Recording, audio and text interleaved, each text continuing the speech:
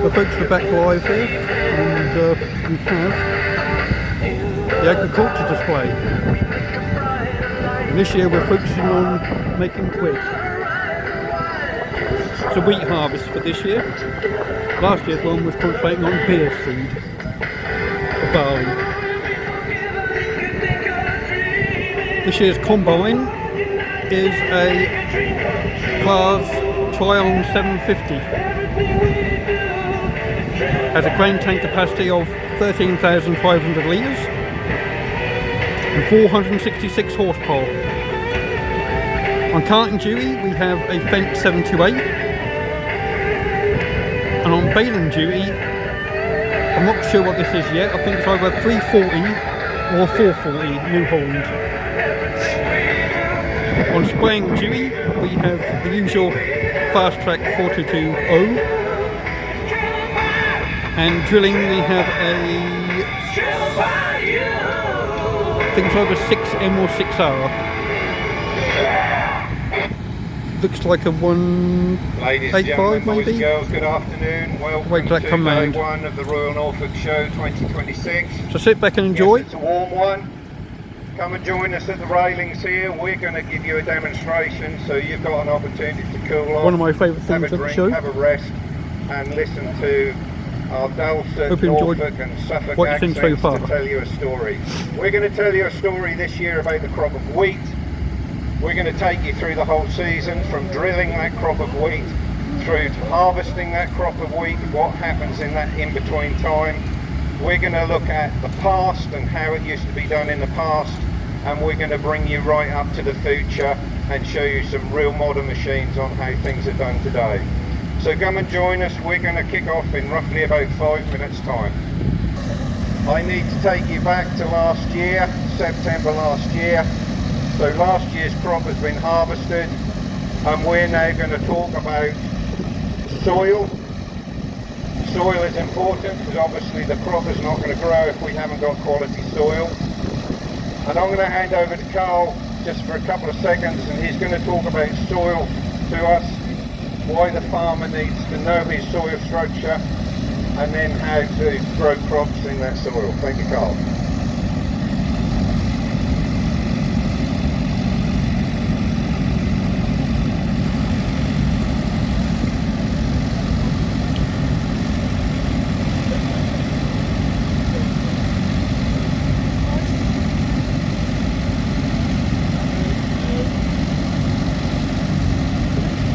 Hello?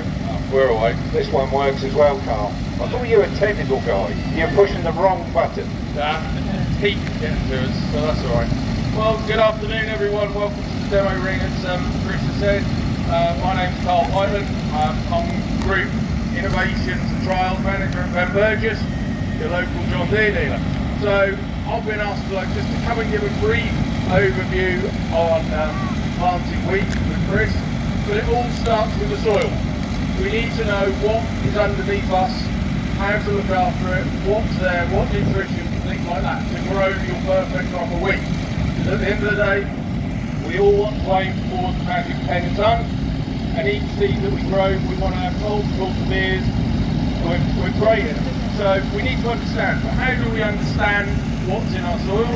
There's many different types of soil across East Anglia. It's all been dropped off from places many years ago, way before mine, and certainly before there. So, and it's also variable. So there could be light, there could be heavy, could be a mixture of soils within the field, so we need to understand that. So before we even grow a crop of wheat, we need to understand what's down there from that side, which we can do with a scanner to assess the soil.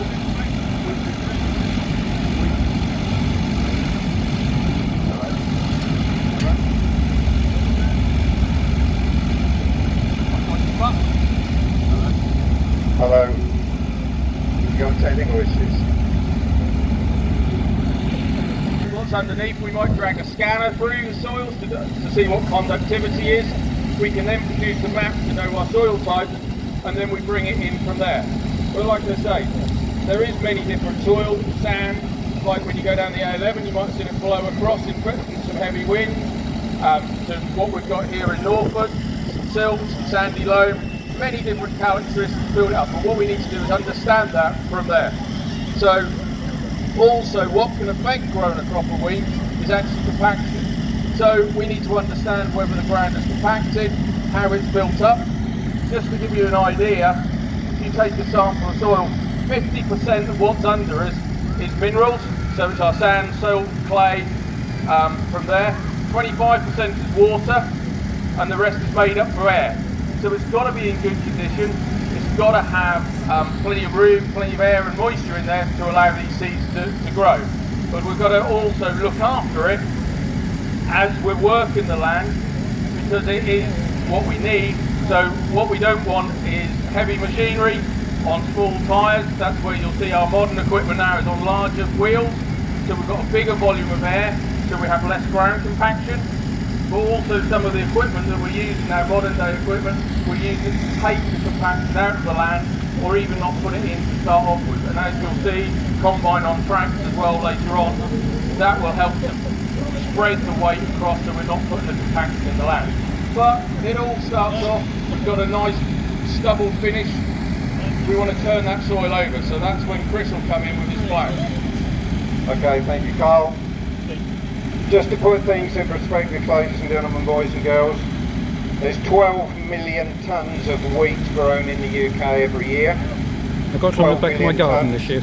That accounts for cereal crops across the UK at 58%. So of all crops grown, 58% across the country is wheat, producing, as I say, about 12 million tonnes of wheat in the United Kingdom. So you can see that's an important crop to farmers to grow. And where is that wheat grown? Well, East Anglia obviously is a real hot spot for wheat, to get a pun, and Lincolnshire, moving up into Yorkshire, and then East Scotland. So the east half of the country is primarily where our wheat crop comes from. Now, as Carl has already stated, we are going to talk you through the process of a 12-month period, and we first need to get our ground prepared. So we're going to take you back in time. We're going to take you back to just at the left part of the World War II. There wasn't a lot of farm mechanisation in this country. Primarily the workhorse was the horse, hence the word where horsepower comes from, if you didn't know. Mechanisation started to come across primarily from America, Germany, after the war had finished, and then we started producing some of our own products as well.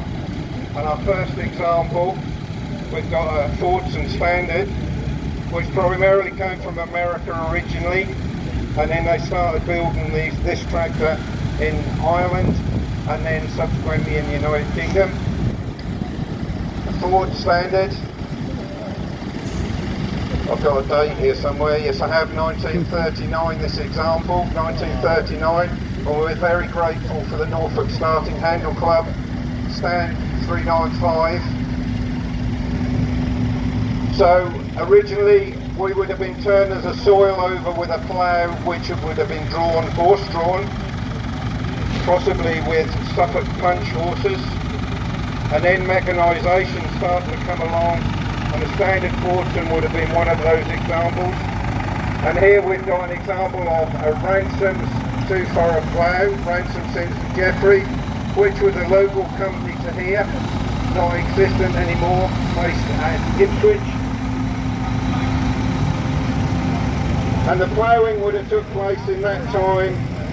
Ploughing would have been October, November, January, February if the weather allowed. As you can see, there's no cab. The driver probably would be frozen cold, wrapped up in many coat layers, so nothing to protect him from the weather. I just need to get my team organised here, looks like. I just can't get the staff. Top Gun drivers, they told me, the best in Norfolk.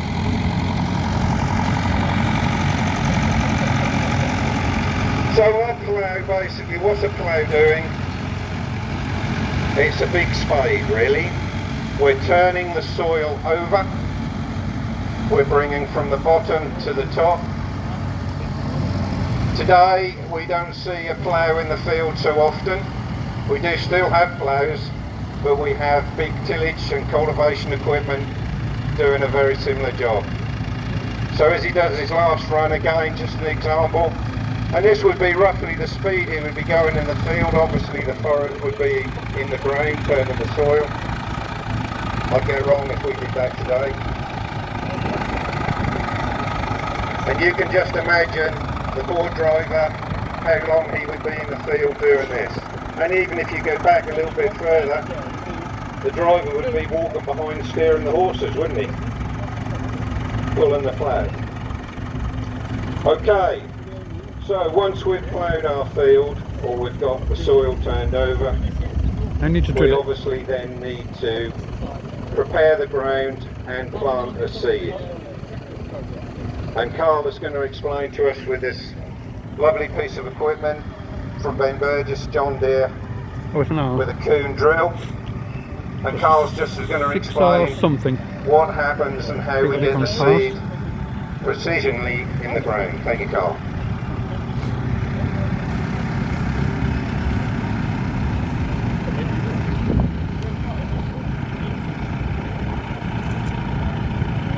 Hello? Oh, we're there. 6R150. Supposed to be technology people. There we go. Right, so just to introduce our tell us now, because we've got 3 lights. Our demo driver here. M's have got 2. The beard, Jamie there. So he's in our John Deere 6R150. It's a little 4-cylinder tractor, 150 horsepower. So it's probably one of the smallest tractors we sort of sell now. As you've probably seen from the largest production tractor that we've got on our show stand just down there, 830 horsepower. But this may be little, but it's packed full of technology, and technology that's going to help us place these seeds, like we see on these boards, in the ground. But like we said, we've understood the soil. What we need to do now is prepare the soil to take the seed. So we've got our tractor on the back here, this red Coon drill. It's actually what we call a power harrow combination drill. So in here, along there is a load of tines. They spin in the ground very fast, so they'll bash all the clods up effectively from the plough, level it all out, and make a nice fine seed bed and fine tilth for the seeds to be placed in. For those that have got your market or your gardens at home, you want to have a nice fine tilth within your seed bed, because seeds won't grow in clods. They want to be wrapped nicely in soil in the tilth, and that's the idea of the power harrow, or even any tined or disc drills, is to make that seed bed right. You get it. It all starts from here. You spend your time, you get your seed bed prepared properly, and then you get good establishment, because that's what we're after. We're after planting as little seeds as we can to get the maximum establishment from this drill.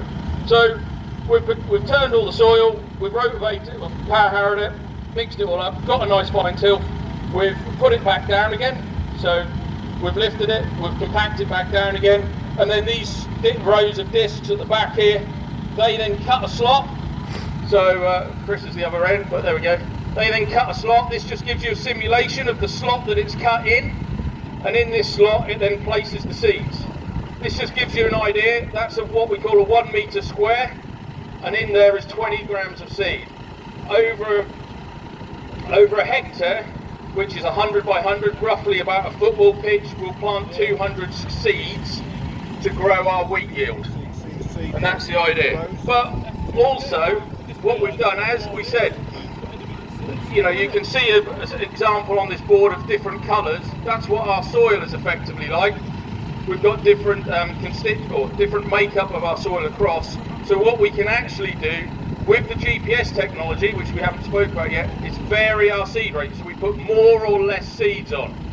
So we put more seeds on the heavy bit, that's the poorer soil, and less seeds on the lighter bit, which will give us good germination. So from there, we've got our tractor, we've got our driver at the moment. This is almost our step to autonomy. We haven't got an autonomous tractor like you may have seen on Clarkson's farm. but we've got a tractor with full automation. So this particular tractor, and give you an idea of what auto steer does, it will drive itself up and down the field parallel to each other. So he'll get to the end, what we call the headland, turn around, and he'll come back parallel to where this is. All done on GPS. To that accuracy. To inch for old money, 25 mil to new money. So we'll drive that all through that yellow dome that's on the front of this tractor. But also, if Jamie now starts to line himself up, also what you'll see is that this machine, I said it's nearly autonomy, all Jamie's got to do is sit in the seat to maintain the safety part. The tractor will do all the turning between the headlands. So as he now starts to drill, he'll just do a round, he'll get to coming out of what we call the headland now, the drill will drop down and the power harrow will then kick in. So that's now effectively cultivating the soil, putting the seeds in to what we tell it, to where we want, and then also just raking them in at the back. But now as he gets to the end, what will happen, you'll see it closer this end, so don't worry too much, it will lift up and turn around and come back. But why do we need GPS? Anyone got any ideas why we need GPS? One is accuracy, efficiency, reduce fuel, reduce input costs, and putting the stuff where we want it to. And also, as you drive around the Norfolk, Suffolk countryside, or wherever you came from, you'll see these nice straight lines in the field. They're called tram lines. Yeah. They're for following operation, so this is what Jamie would have put in. But if you make them accurate and put them in the right place, you will get the following passes that will follow exactly 36 metres, 12 metres from there. But it's all to reduce inputs and improve efficiency from there. But now, hopefully, technology will work on the tractor side, which it will. Jamie, they're quite relaxed. When it gets to the headland, the drill will automatically lift up, the tractor will make its turn, and then what it will do, it will miss 2 or 3 passes, so this is being efficient, miss 2 or 3 passes down the field, and then it will set itself back in again, and off it goes. And then he can just keep working across the field from that side.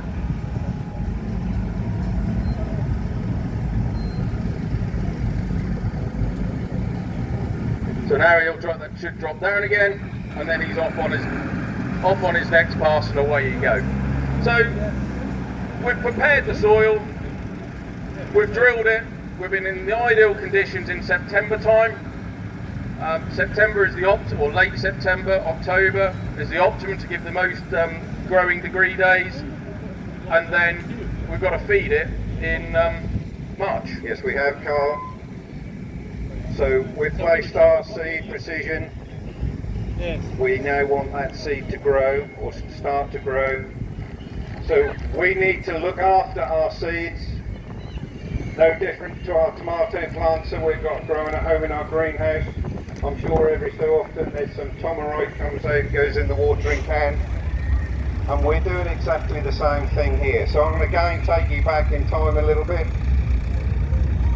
You got your fertiliser box. McCormick International B275, 1964. Again, this is how it used to be done. It's not Mum and that long Dad's ago, era. really, is it, guys and girls? No cab. We're holding about 400 kilograms of fertiliser in the back of an Amazon spreader. That Amazon spreader in a stay from his local dealer would have cost about £150.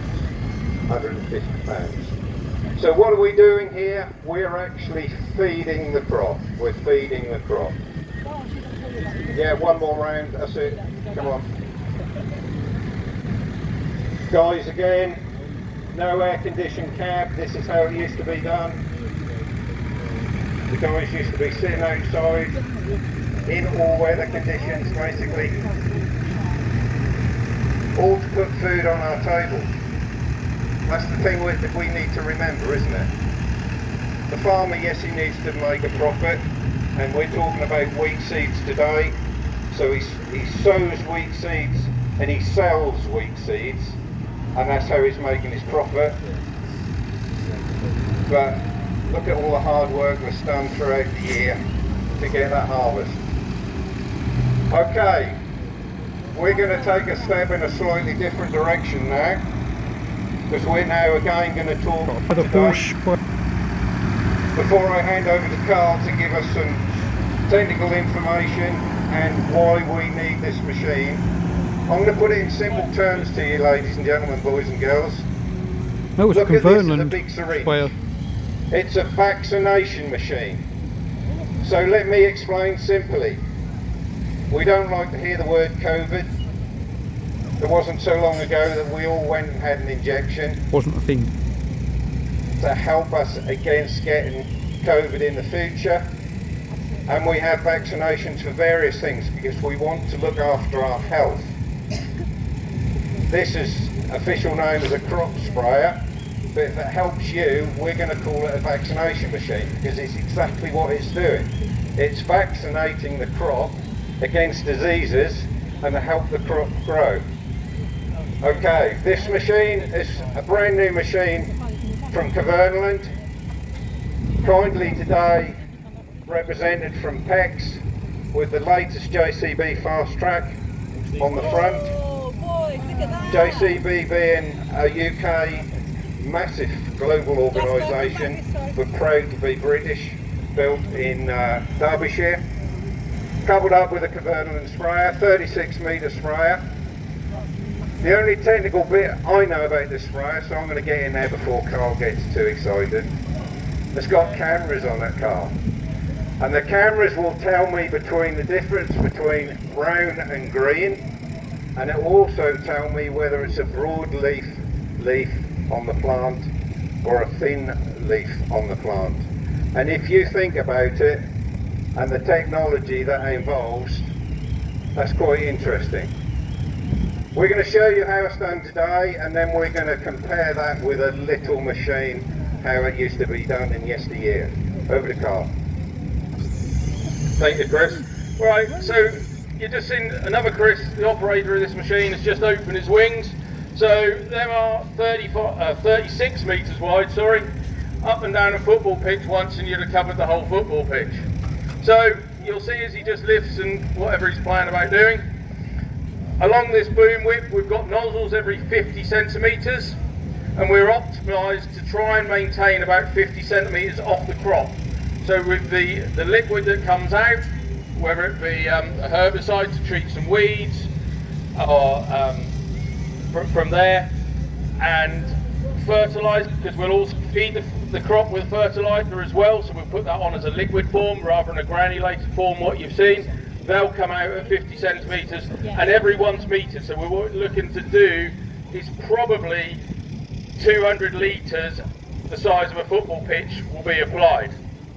But within this boom, like Chris says, there's cameras every 2 or 3 metres that are watching out for the weeds, because what we want to do is when we're spraying the crop for any weeds and that, well, we don't want no competition within our soil or within our growing wheat crop, because if we have competition, that can then reduce our yields from wheat. So that's why we're looking at cameras, but also with the camera technology now, instead of spraying everywhere within that field, we're just targetising again just the weeds. So we're just using as much or as little chemical as we need just to give that its own injection rather than giving it a broad coverage.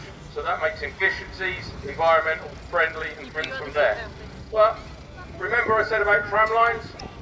So the tram lines that you see up and down the field, this is what the sprayer and the fertiliser spreader will follow.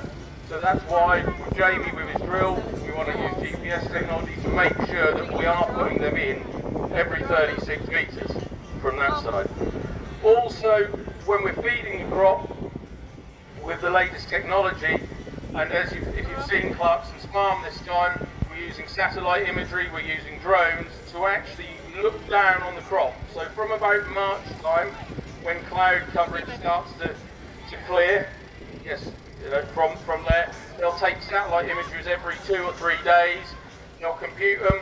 We're looking at the green area index, the biomass of the crop, which is the crop reflectancy back to the satellite, to see how good or bad the crop is. That then will dictate to us whether we put more or less fertiliser on to make the plants grow. If we say to do it the first time round as a 4-bit, we might feed it more to see if it starts to grow.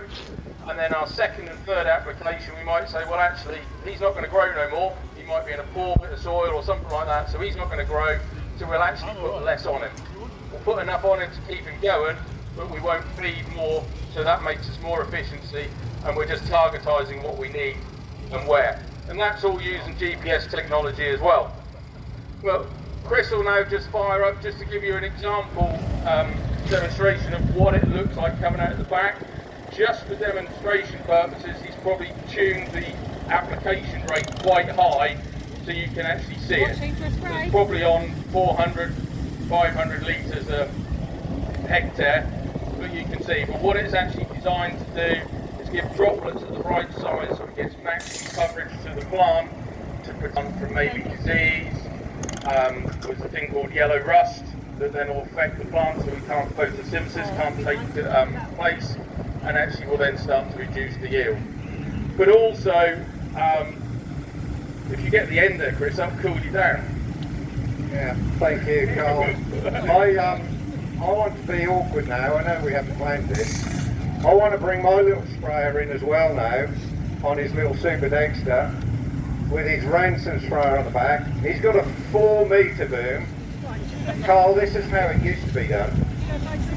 And we're going to align him right on the back. We haven't rehearsed this. We're going to align him right on the back so you as an audience can see the difference in the boom widths.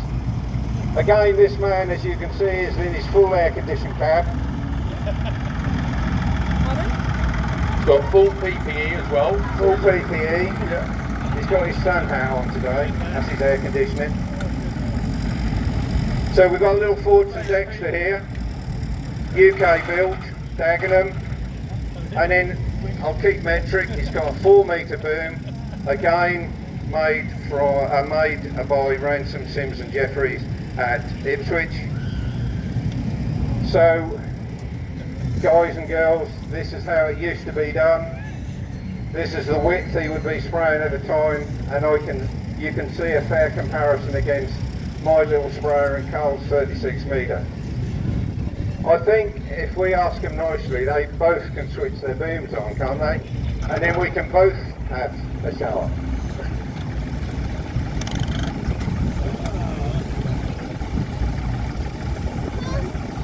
Also, what will happen with our modern day sprayer, with the use of GPS technology, and we talk about efficiency, what we don't want to do is double up on sprays, double up on fertiliser, what we call overlap on it. So, as we've sprayed the field, we've gone round the headlands, we then start to do the main rig work in the middle. The sprayer knows where he's been, knows what he's applied, so as he comes in and out of the headland, the sprayer will automatically turn off and on and individual sections as well. So be like piano playing down the boom. Each one will turn off as he crosses or enters the coverage. But there you see, past and today, full of the latest technology that we've got. So then we move on. Carl. So ladies and gentlemen, the best way, as we've said, to describe the use of a crop sprayer, and when you see them working in a field, think of a vaccine machine, because that's helping protect the crop as it grows throughout the year.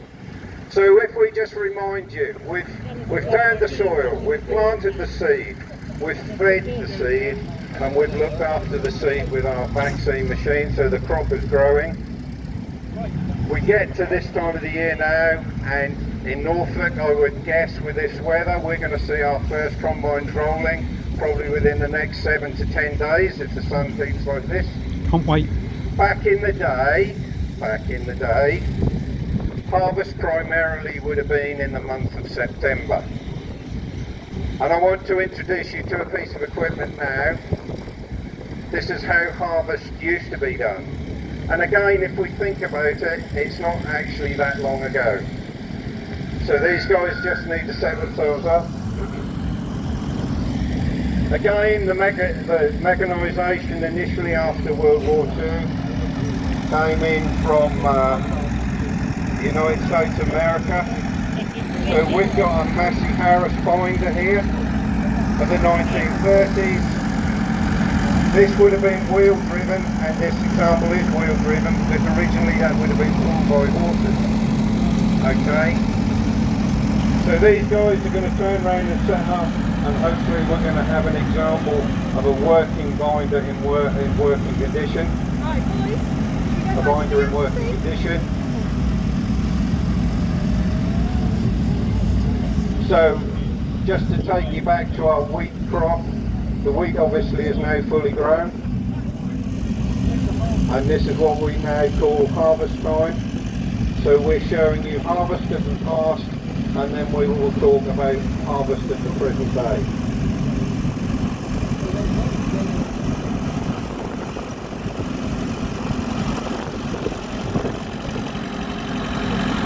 So we've got a 1944 case on the front of the binder. This would have been imported across from the United States of America, again helping the British farmer get mechanised.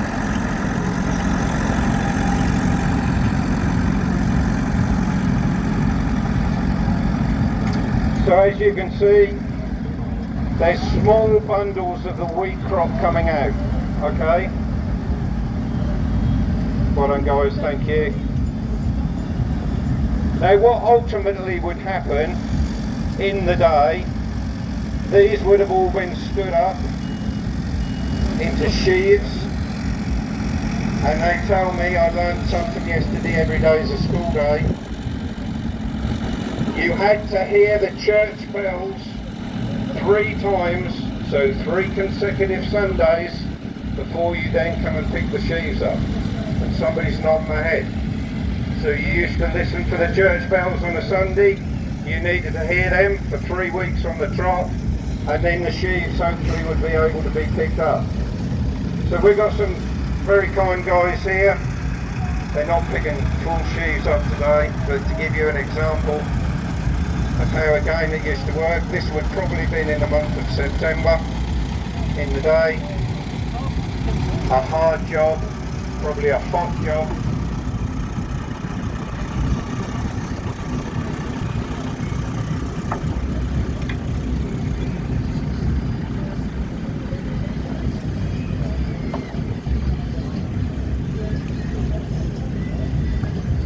So we've got a David Brown crop master, I've just looked for my notes, apologies. A David Brown crop master, which would have been built Yorkshire, Huddersfield. The cost of that tractor at the time would have roughly been about £500. And then we have got a Whitlock 4-wheel trailer behind, picking the sheaves up. That was built again in 1940. Great Yeldam-Essex, and the cost of that would have been around about £70. And in the day, if you think about it, that's quite a lot of money. Just for a trailer, £70. Mind you, today a trailer is about £55,000, to put it in perspective. Guys, we're going to go a little bit out of kilter now, because I'm going to talk about straw first, and then we're going to come back and talk about the wheat crop and the modern day combine harvester. So we have a product come out the back of the combine called straw. That is the stem of the wheat crop. Very kindly demonstrated today by Ernest Stowe with a New Holland tractor and a New Holland big baler. So the combine harvester, the modern combine harvester today, can either feed straw behind or chop the straw and put it back in the ground and use it as fertiliser.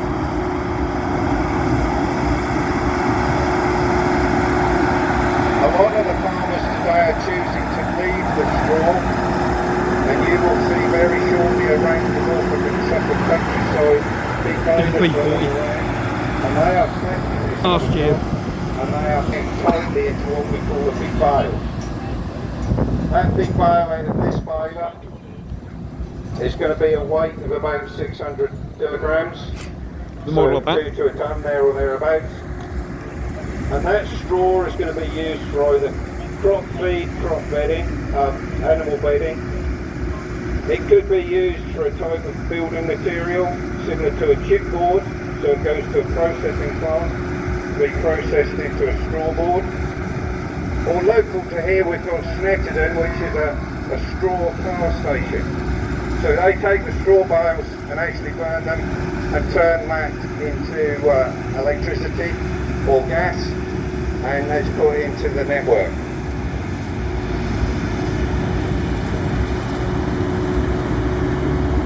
Doing this slightly the wrong way round because we should have had the combine first.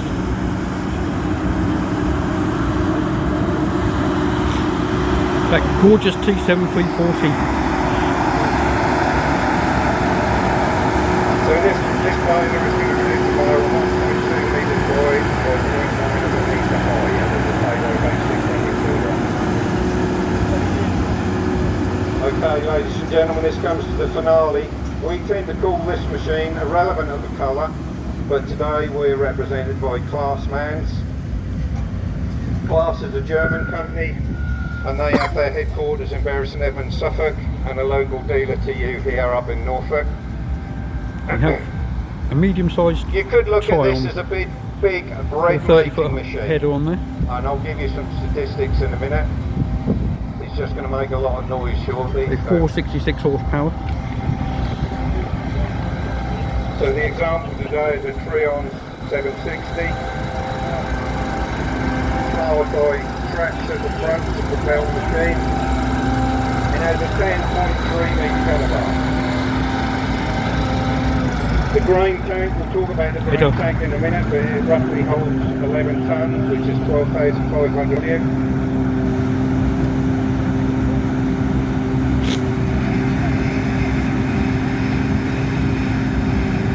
The diesel tank has enough diesel for one day's work, which we would class probably as 10 to 12 hours.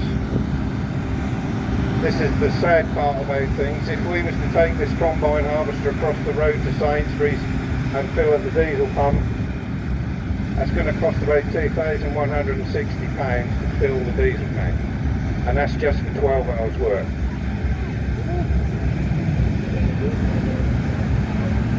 So hopefully now our driver is going to put his unloading spout out. We're just going to simulate an unload. We've actually got some wheat grain in the tank, supported by Furlough and Standing with the latest Fendt tractor, yep, very 78. kindly donated for the demonstration, and Ben Burgess for the Bailey 18-tonne trailer. Thank you. So this grain tank, if we were working in a real field for real, as I said, there you go, money shot. 11 tonnes. If the combine tank was actually brim full and he switched the unloading auger on, he would unload that 11 tonnes in 90 seconds.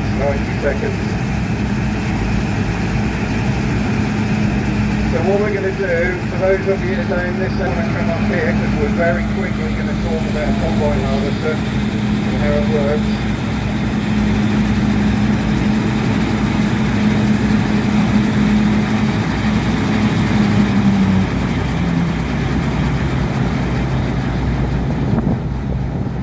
Now if only I could get this close to combine in the field.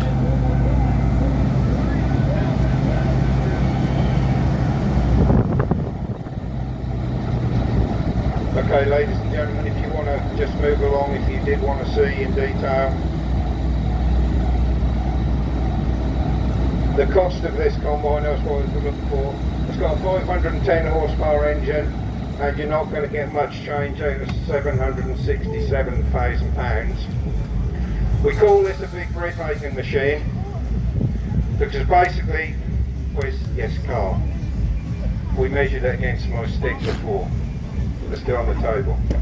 I want to make sure my stick actually is still the right length. I've used it for many years, look, and that is good. Guys, the principle at the front was exactly the same on the binder, so nothing's changed on the front when we talk about the cutter bar. So if you can imagine the stick in my hand is our stem of wheat that is now fully grown, and on the top we've now got the seeds. We call it the ear of wheat. So from one seed that Carl talked about that we planted last September, we nurtured that seed through the winter period with fertiliser and our vaccine machine, and it grows to the height of my stick, and then on the top where my fist is where we've got the ear of wheat. And that's the seeds that Mr. Farmer is interested in, because that's what he's going to sell, That's where his profit is coming from, and that's how we're going to make that loaf of bread on the table. So bear with me, because I'm going to go through this very quickly. So we've made the combine safe, as you understand. If the cutter bar was at cutting height, where my fingers is now, that's where it's going to snip the stem of the plant. What's left behind we call stubble. You've probably heard the terminology stubble. So the knife cuts the stem of the plant. The stem of the plant falls towards the auger all the way along. The auger is like a big conveyor. It brings everything from left to right in the middle. In the middle, the whole plant with the seeds goes up the conveyor.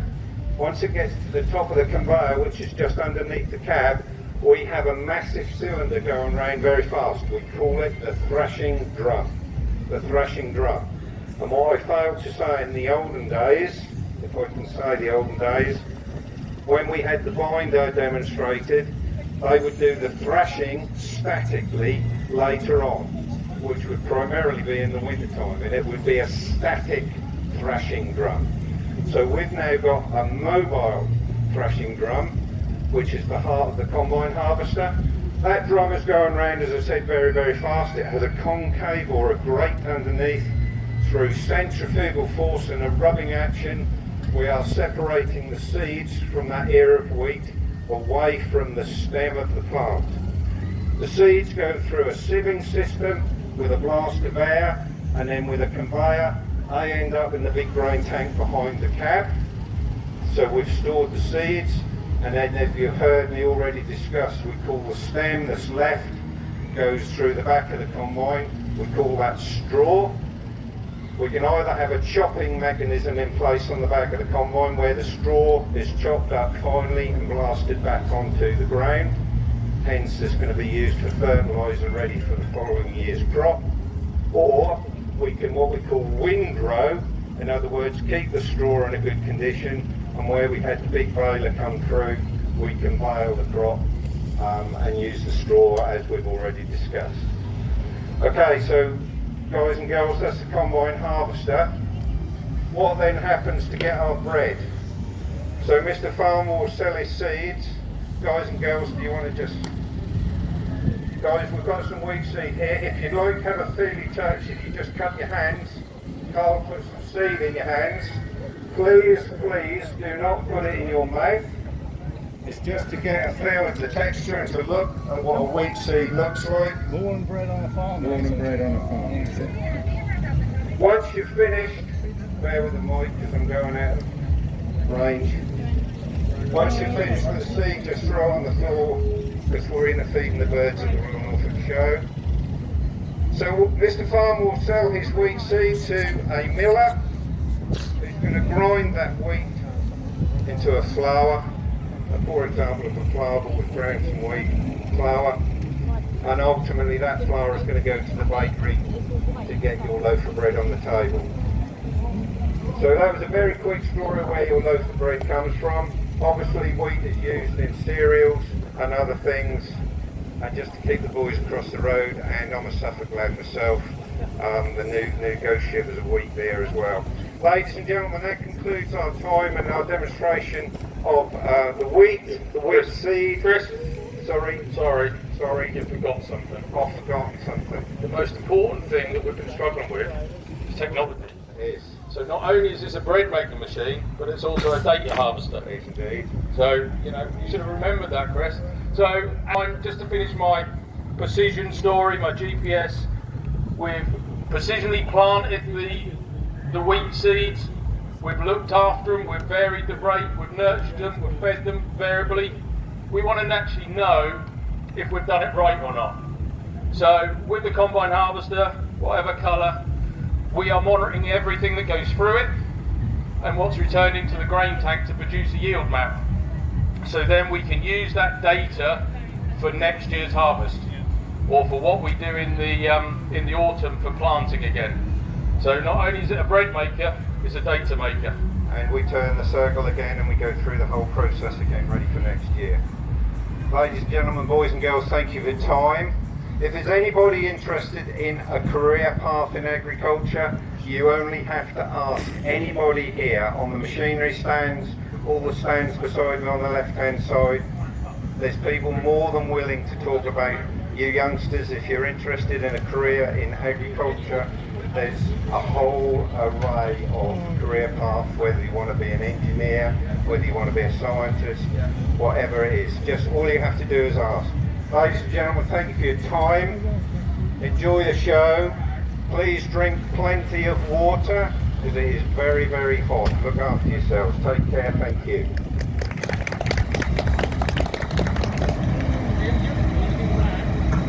I hope you enjoyed that, folks. We're going to continue the tour now.